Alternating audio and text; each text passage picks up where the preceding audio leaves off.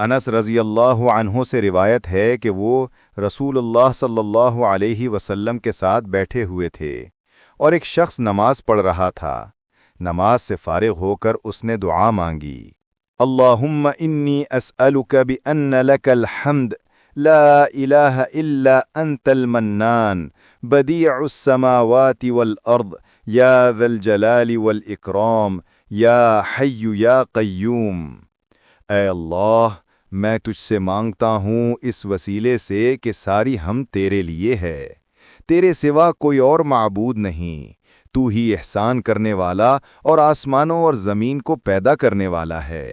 اے جلال اور عطا و بخشش والے، اے زندہ جاوید، اے آسمانوں اور زمینوں کو تھامنے والے۔